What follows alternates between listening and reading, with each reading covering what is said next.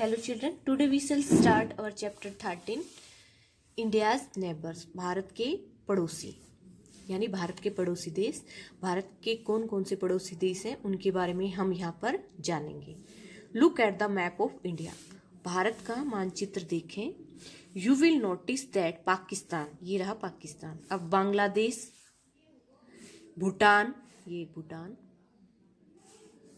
नेपाल, श्रीलंका,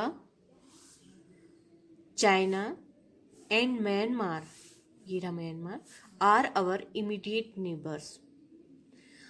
आप देखेंगे कि पाकिस्तान, बांग्लादेश, भूटान, नेपाल, श्रीलंका, चाइना और म्यांमार हमारे निकटतम पड़ोसी देश हैं। Beside these 7 countries, Afghanistan and Maldives are also our close neighbours. इन 7 देशों के अलावा अफगानिस्तान और मालदीव जो हैं वो भी हमारे निकटतम पड़ोसी देश हैं। अब अफगानिस्तान तो ये हो गया और मालदीव श्रीलंका के यहाँ से इंडियन ओशियन के अंदर यहाँ से गए। Next, notice on the map that India shares boundaries with Pakistan in the north west, China, Nepal and Bhutan in the north and Myanmar and Bangladesh in the east। Map में देखेंगे तो पता चलेगा कि भारत अपनी सीमा साझा करता है पाकिस्तान के साथ तो उत्तर पश्चिम में। पाकिस्तान के साथ भारत का बॉर्डर है उत्तर पश्चिम में और चाइना, नेपाल और भूटान इसके उत्तर में है। ये चाइना, नेपाल और भूटान, इनसे ये नॉर्थ में बाउंड्री शेयर्स करता है। और म्यांमार और बांग्लादेश जो है वो है पूर्व में। म्यांमार ये हो गया और ये बांग्लादेश ये पूर्व में। और the island of Sri Lanka is our southern neighbour in the सी।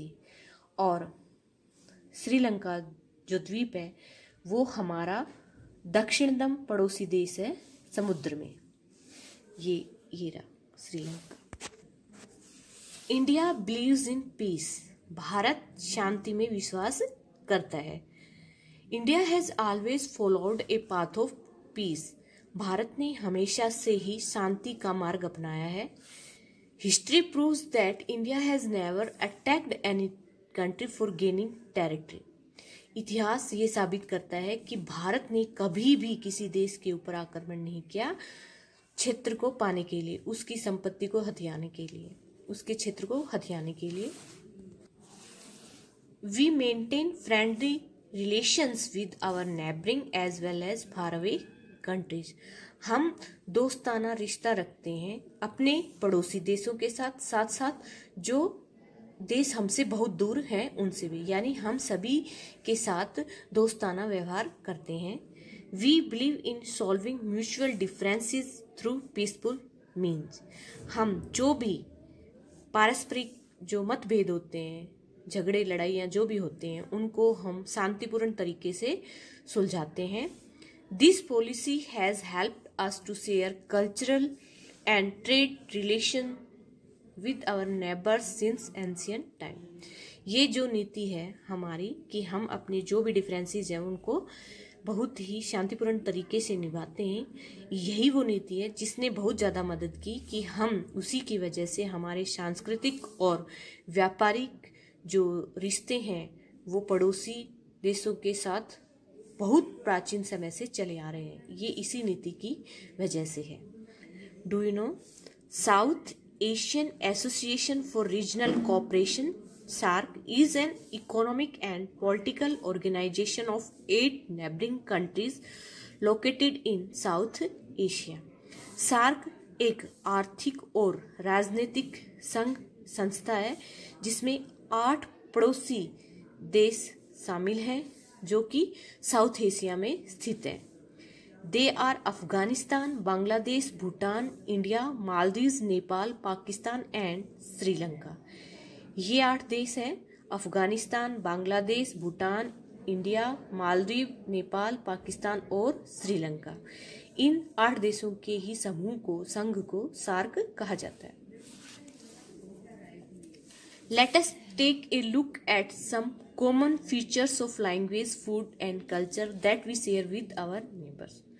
अब हम एक झलक देखते हैं कुछ जो सामान्य फीचर्स होते हैं, जो हमारी भाषाओं की विशेषताएं, भोजन की या संस्कृति की जो हमारी जो विशेषताएं हैं, जो हम अपने पड़ोसी देशों के साथ साझा करते हैं, उनके बारे में हम यहाँ पर जानेंगे।